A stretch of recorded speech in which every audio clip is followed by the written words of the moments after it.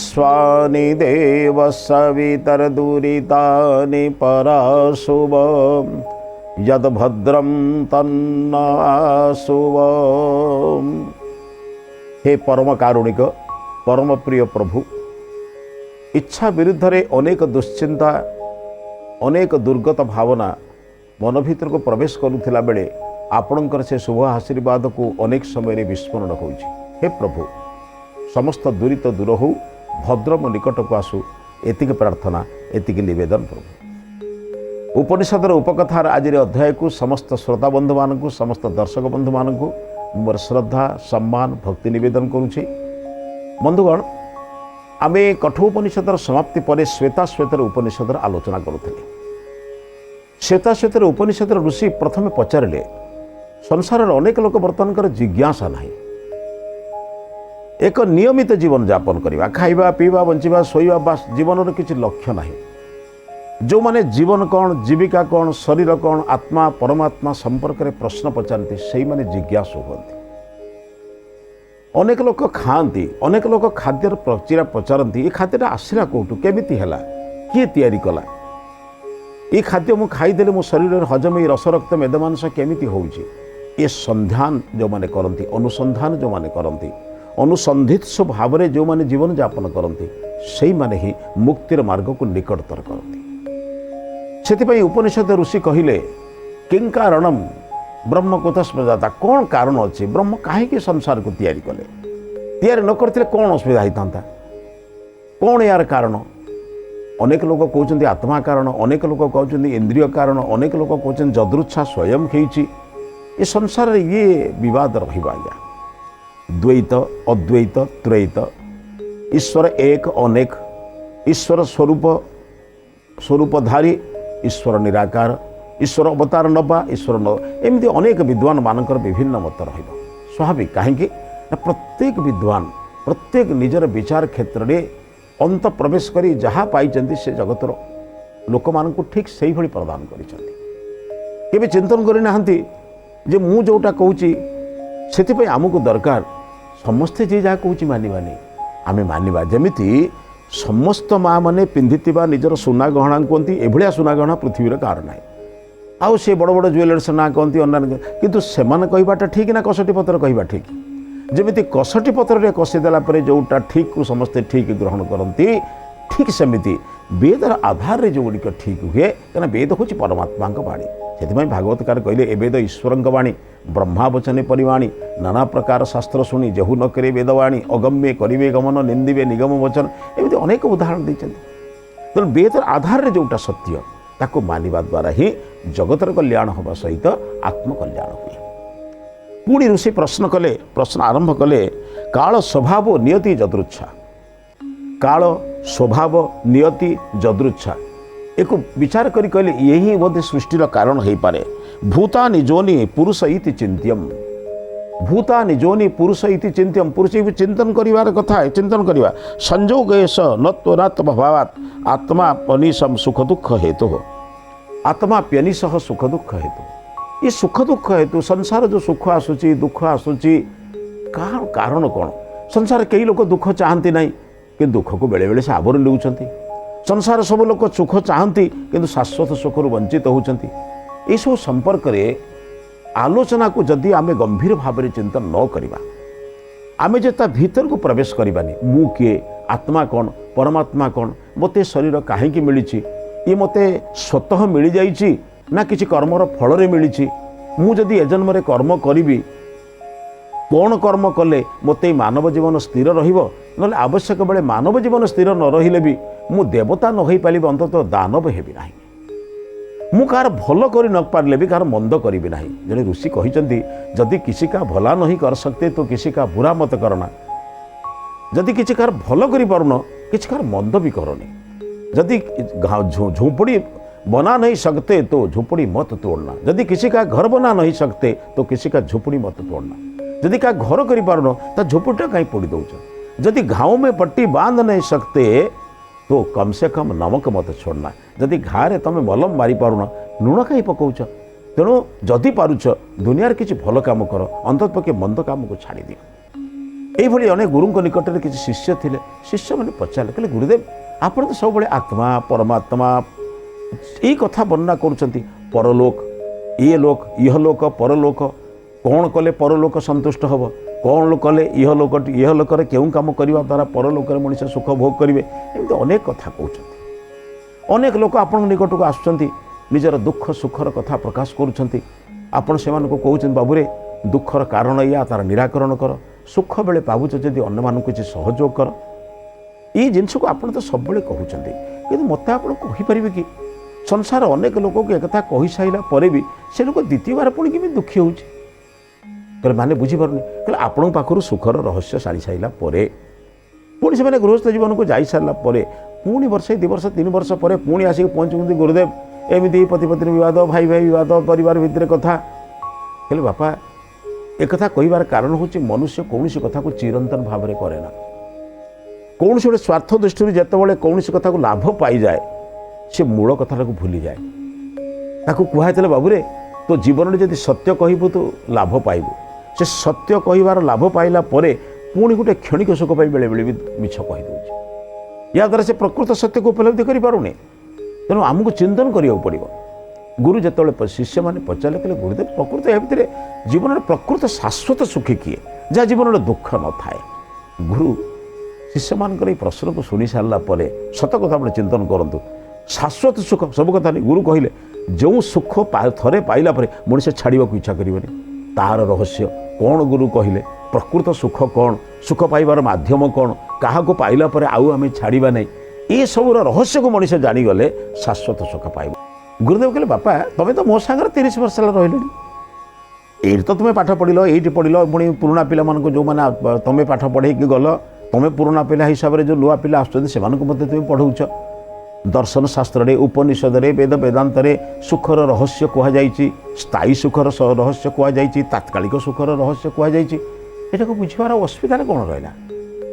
ଏଥିରେ ତମେ ବୁଝିପାରୁନ କ'ଣ? କହିଲେ ନାଇଁ ଆଜ୍ଞା ଆମେ ତ ବୁଝିପାରୁନୁ, ପଢ଼ିବା ଜିନିଷଟା ଅଲଗା ଜିନିଷ ଆଜ୍ଞା। ଯାହା ପଢ଼ିଦେବା ସେଇଟା ବଡ଼ କଥା ନୁହେଁ, ତାକୁ ଜୀବନରେ ପ୍ରୟୋଗ କରିବା।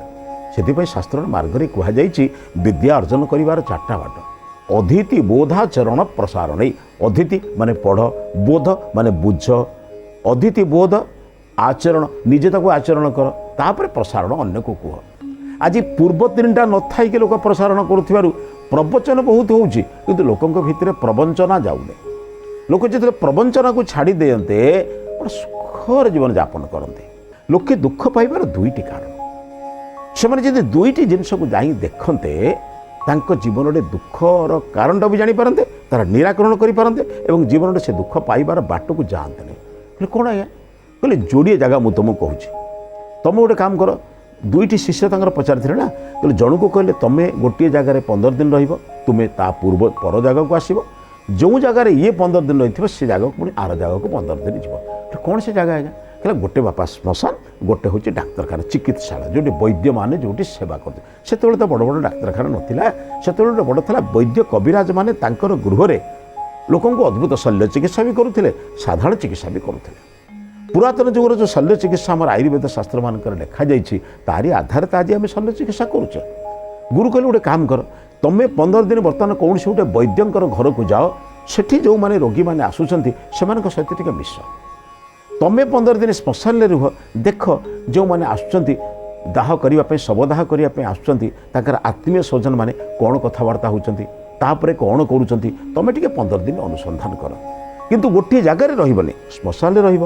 ଶ୍ମଶାନକୁ ଆସୁଥିବା ଶବଦାହ କରିବା ପାଇଁ ଆସୁଥିବା ଲୋକମାନେ ତାଙ୍କର ଆତ୍ମୀୟ ସ୍ୱଜନମାନଙ୍କର କଥା ଦେଖିବ, ତାପରେ ତାଙ୍କ ଗୃହକୁ ଯିବ, ତାଙ୍କ ଗୃହରେ ଦେଖିବ ଯେଉଁ କଥାଟା ଶ୍ମଶାନରେ କଥାବାର୍ତ୍ତା ହେଉଥିଲେ ତାକୁ ସେମାନେ କେତେ ପାଳନ କରୁଛନ୍ତି ବା ସେଇ ରାସ୍ତାରେ କେତେ ଅଛନ୍ତି।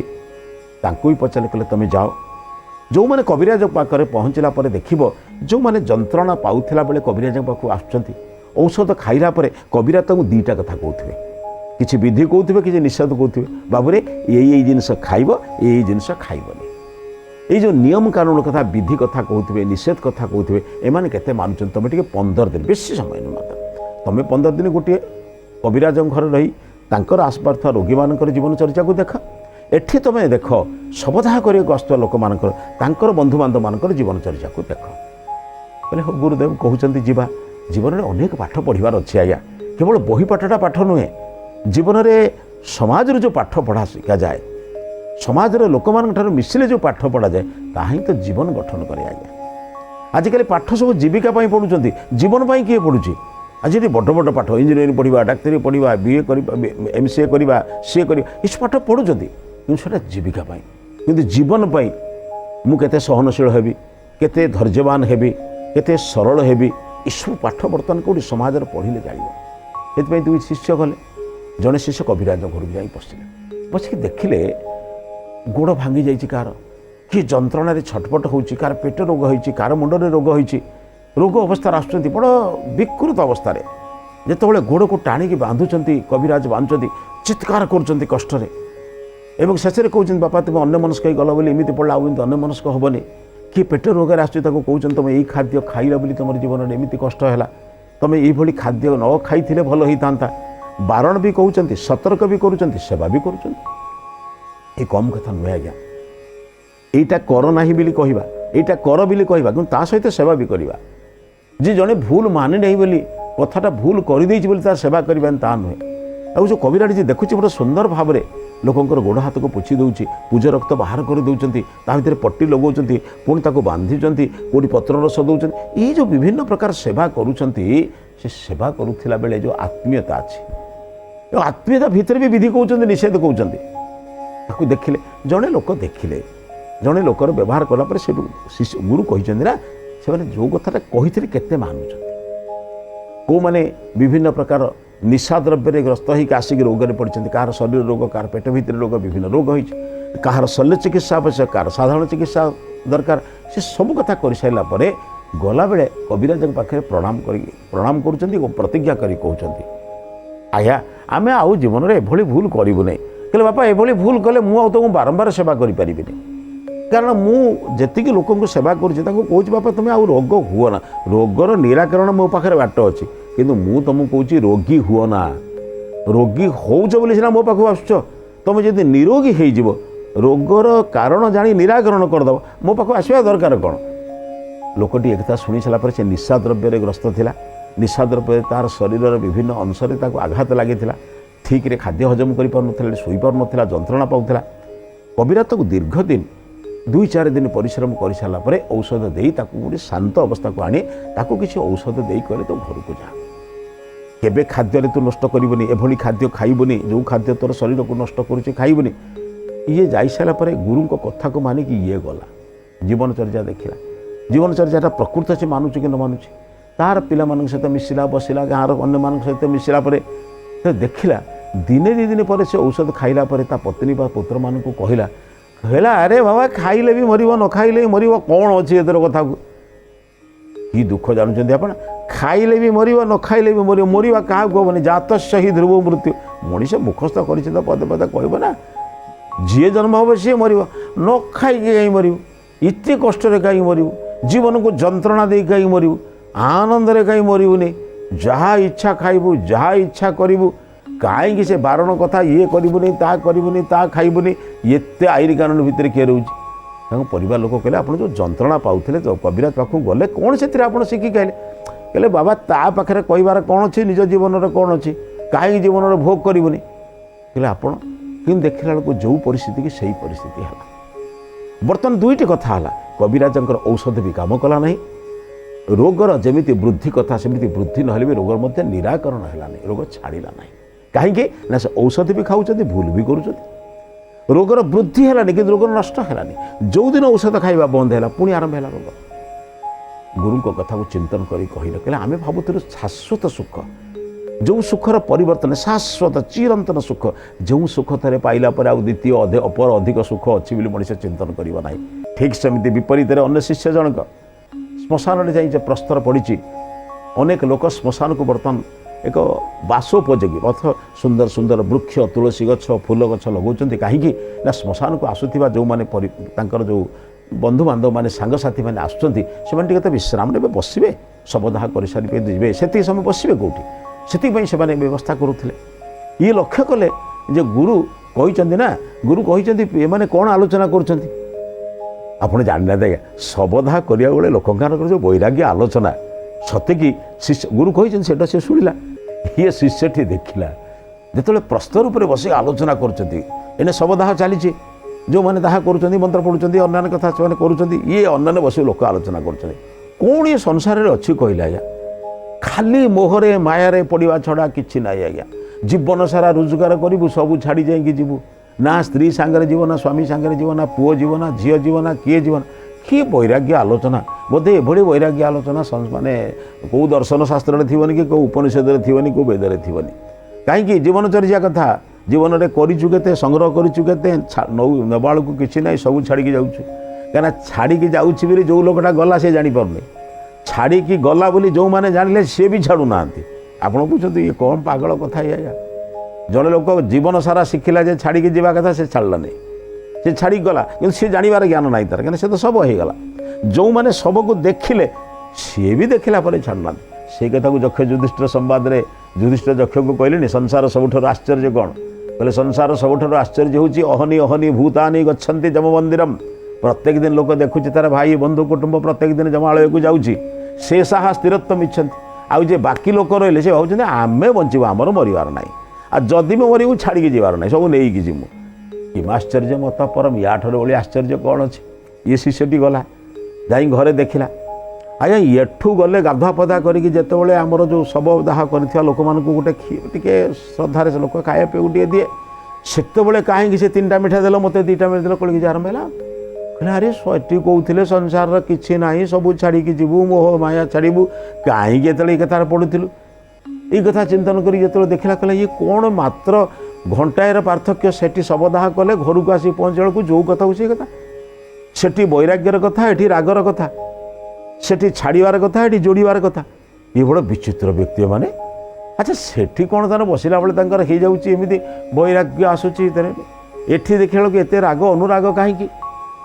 चिंतन कले प्रकृत से रखिले गुरु बोधे ये जाके बर्तमान 15 दिन चलीगला 15 दिन से शिष्यटी जो मैंने जे डाक्तर थे बर्तमान कविराज पाखे सी आसिले श्मशान को श्मशान थी कविराज को गले जो अनुभव प्रथम शिष्यटी नहीं बर्तमान द्वितीय शिष्यटी भी सामान अनुभव नेला अनुभव क्या एपट सेपट नहीं सी भी अनुभव नेला कौन अनुभव ना लोके जंत्रणा जिते पाँच सब प्रतिज्ञा कर छाड़देवी आउ दिन खाइबी आउ दिन निशाग्रस्त हेबी ना कौन प्रकार अप्राकृतिक खाद्य आपण विरोध करुवा खाद्य को माने मना करा जायछि क्षीर सहित ये जिनस खाइब नहीं खटा सहित मिठा खाइब नहीं जो जिनस मना करमती निषिद्ध खाद्य खाइबू ना सब प्रतिज्ञा करी किंतु घर को जाई पहुँचला जेते निषिद्ध से प्रसिद्ध ये मैंने ये देखुं जो मैंने कहते त्याग त्याग भवन संसार किसी ना किए पुओ किए झील किए स्त्री किए स्वामी सब कहते गला पुणी जो कथा को से कथा तो यार रहस्य प्रकृत कौन से सुखी पाना प्राय 15 दिन सरीवा उभयर 15 दिन तार 15 दिन दुईटी जगह बासे मासे सरला शिष्य 2 जन गुरु पाखे पहुँचे गुरु पचार कले बापा अनुभव नहीं कि आसिल कहले आज्ञा अनुभव कथा कहतु ना आज्ञा ये जहाँ अनुभव करते जड़े तार वर्णना कला द्वितीय छात्र जो जो अनुभव करते से वर्णना एटा तो अनुभवर कथा ना समस्त पृथक पृथक आज्ञा अनुभवटा समस्त को सामान हम ना दृश्य समस्त को सामान हेले भी अनुभव के समस्त को सामान हम ना गुरु बर्तमान पचारे कहले कौन अनुभव कल शाश्वत सुख चिरंतन सुखर रहस्य कौन गुरुदेव शाश्वत सुख आम हाथ में आज्ञा मु देखिली जो व्यक्ति माने आलोचना कर संसार किसी ना बोली किंतु संसार को पूर्ण मात्रा जा बुड़ी धरी गुरु कहले आम शास्त्र संसार को निंदा करा जाय नहीं से गृहस्थ मान को सबुठारु श्रेष्ठ आश्रम बोली कहुई ब्रह्मचर्य आश्रम बानप्रस्थ आश्रम सन्यास आश्रम 3टी आश्रम को गोटे पटे रखिले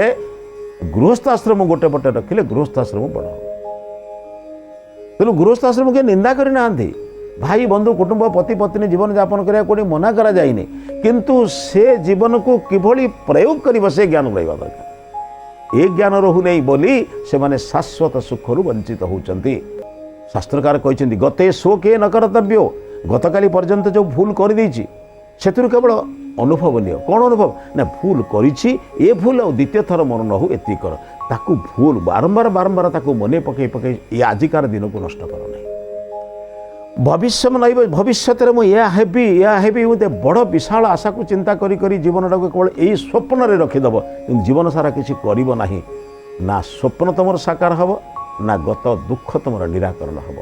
तुम पाखे गोटे मात्र साधन अच्छे से हूँ वर्तमान। वर्तमान काले न प्रवर्तन्ते विचक्षणा। विचक्षण व्यक्ति वर्तमान को पूर्ण उपयोग करे। कौन करे?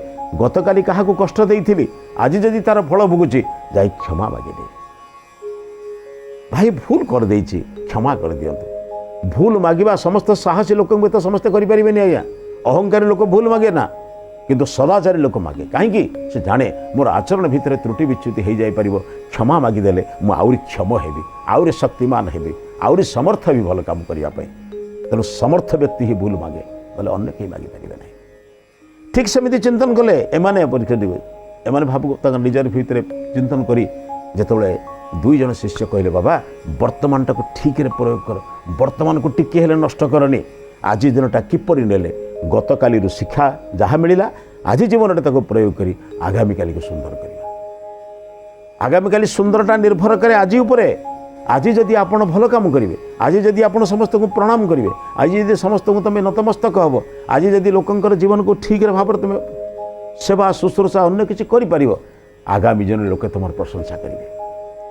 चाषीटीए यही जन्म लगाए बोली आगामी जन्म पाए। तेणु चिंतन करवा आमे भगवान को प्रार्थना करवा, प्रभु आगामी जन्म को पूर्ण करने आपण अंतत पक्षे आमको कौन कर आज वर्तमान जीवन टाक केवे नष्ट करना। बंधु वर्तमान जीवन को जे प्रयोग कर शिखी, वर्तमान जीवन को जे सफल कर शिखी से ही जीवन में शाश्वत सुख को पाए। तेणु शाश्वत सुख पाइबापी जहाँ कौन जाइए कौन आसवा नुहे वर्तमान को पूर्ण उपयोग कर। यही दिनटा को सुंदर सरस सफल करने चेष्टा कर। देख जीवन में केवे दुख आसबनी, से दुख केवे आपन को दुखित करनी। समस्त शाश्वत सुख पाइबार अधिकारी हम। ये विचार सहित आज अध्याय को समाप्त करुच्ची। ये अध्याय को समाप्त करने पूर्व आज हितवाणी संपर्क में चिंतन करवा। जो दुख आमको परवर्ती दुख दौची से दुखर अनुभव नियो। जो सुख द्वारा आगामी जीवन भल हम तार अनुभव को रख। वर्तमान जीवन को एपरी सुंदर भाव में प्रयोग कर जहाँ द्वारा आगामी जीवन पुष्पित हम, पल्लवित हम एवं अन्य मान द्वारा तुम निश्चित भाव में प्रशंसित हम। यही कार्य कले जीवन सफल। ये विचार सहित आज अध्याय समाप्त करुच्ची। समस्त को नमस्ते।